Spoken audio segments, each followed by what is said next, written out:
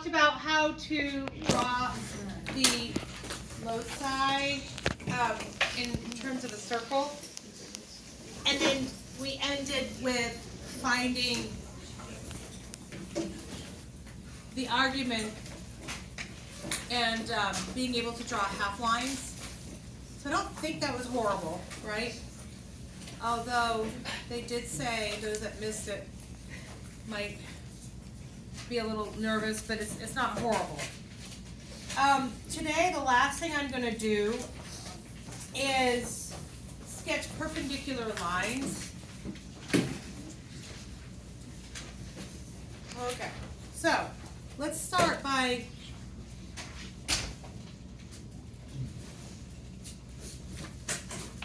I'm going to give an example. So yesterday, when I was doing circles, it would have been equivalent or greater than or equal to a whole number. Does that make sense, what I just said? Okay, so does that make sense? It would have had a whole number over here, and that would have been my radius. So what it makes it a little different about today is we're going to set two of them equivalent to each other like this. So that's where it deciphers between, am I drawing a circle or am I drawing a perpendicular line? And when it looks like this, we're working with our perpendicular lines, okay? It's very similar in nature to the first step as before. You have to rewrite it to look like z minus something, okay? So we would have done the same thing yesterday. So minus being pulled out to the front, what are my numbers here for my real and my imaginary going to be, and why? If you what? It would be 4 minus I. 4 minus I. Exactly right. Because if I distributed it through, it would look like that guy. Are we okay so far?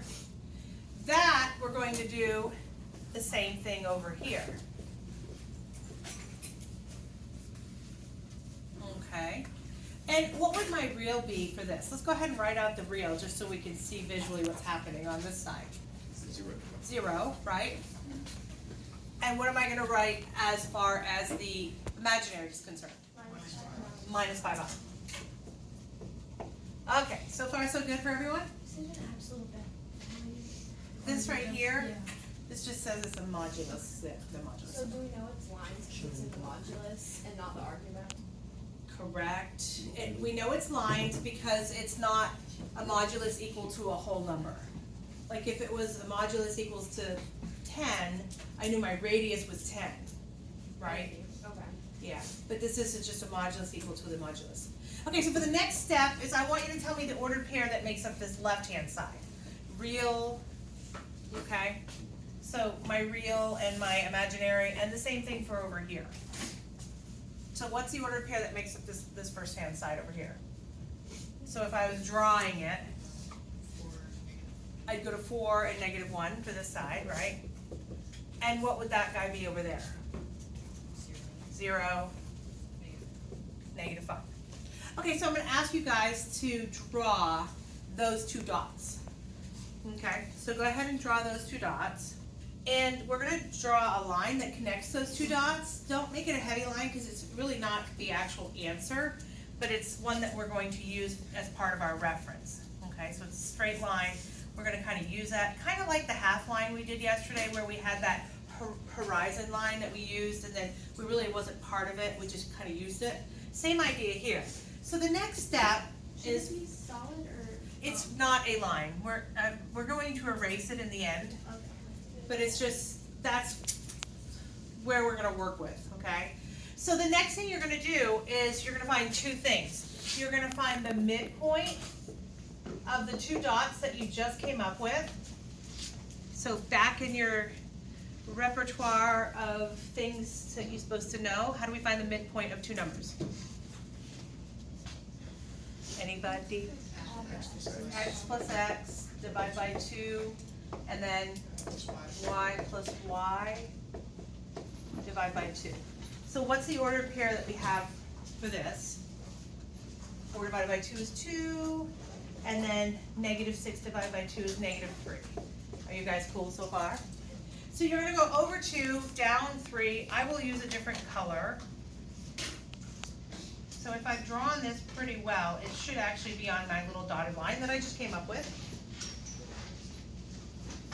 Okay. The next thing I'm gonna have you do is I want you to tell me, what is the slope of that dotted line? Okay, how do I go about finding the slope of dotted line? So y minus y over x minus x. So I've got -5 plus 1 over -4.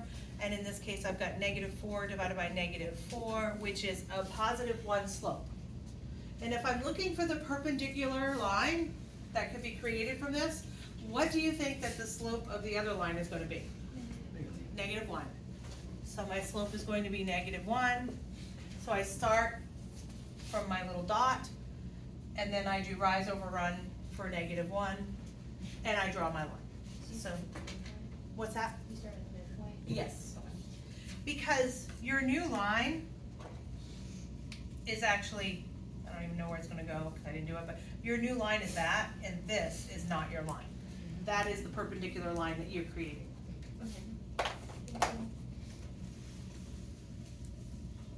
So you're able to, there was a question that was on the worksheet that had to do with how far is the distance from said point to circle or whatever. You could actually find the perpendicular line and then figure out how long it is, basically. That's just one of those random questions that come up. And that, my dears, is the end of all the So, lessons. They're just gonna give you the two, like, equations and just ask for you to find the line and that's it? Perpendicular. That's like the whole question? Pretty much, yeah. Oh, So now- They say, okay, wait, they could do this. What is the Cartesian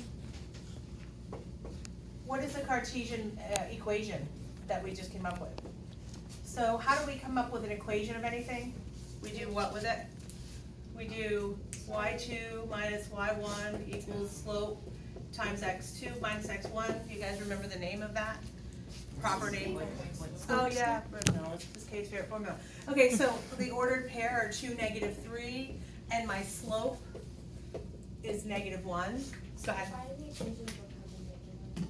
We're finding the equation of that perpendicular, and it's called the Cartesian equation, because it's good old fashioned x and y. Yeah. Wouldn't it be -3i? No, we're not talking, we're just talking like the point Okay. that made up that, yes, but the actual number is the Okay. -3, yeah. Because it's really on the real axis and the imaginary axis.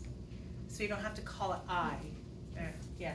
Okay, so this is y plus 3 equals -1 times x minus 2. You can clean it up or not, but that's the actual equation of that particular line. Of that line. Yay. So yesterday, go ahead. So that equation that you said is your favorite equation, actual name is Cartesian, or in this situation? In this equation, yeah. Because we're talking about this particular guy's real axis. This is my imaginary axis. So they're asking us to come up with the Cartesian equation that works for that perpendicular line. We don't typically call it Cartesian. Okay, guys, so, yesterday I went over problems again from the worksheet, because we had started working on the problems. And but we went back to number 1 and we did things that were like blue or whatever color. So I don't know how far we got. Do you remember? 4 or 5. And then Kaylon got on and we actually started again at number 1 and did it again. So anyhow, long story short, I've done like 1 through 4 maybe 10 times now. I don't know. But anyway, you have the idea. So they're there. It was kind of weird. She couldn't